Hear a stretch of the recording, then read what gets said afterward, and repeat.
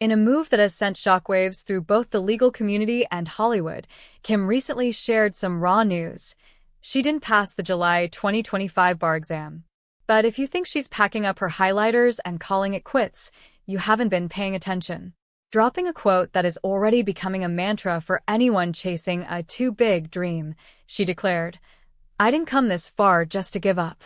Why would a woman who already has everything subject herself to the grueling world of torts, contracts, and constitutional law? Is it a publicity stunt, or is there something much deeper driving her? Grab a snack, because Kim's legal saga is about to get very real, and it might just change how you think about your own failures. Before we dive into her recent hurdle, we have to talk about the baby bar.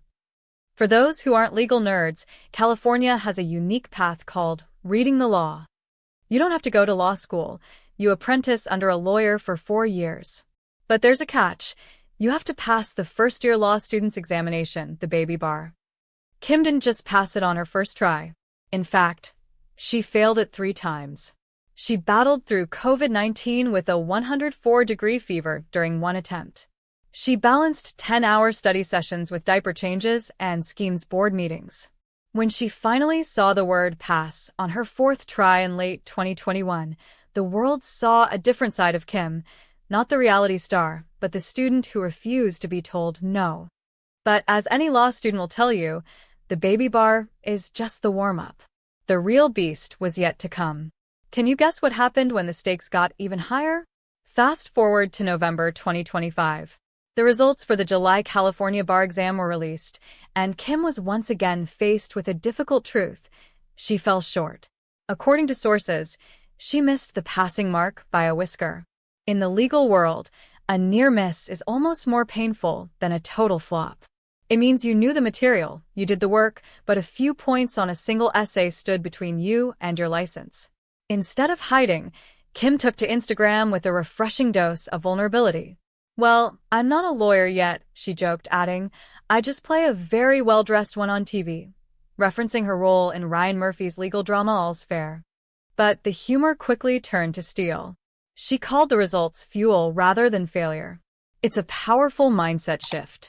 How many of us stop when we're so close because the embarrassment of trying again feels too heavy?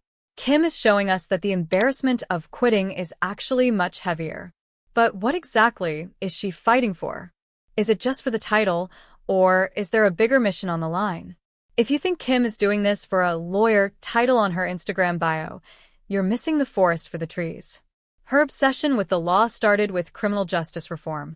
Since 2018, Kim has been a quiet powerhouse in the legal world.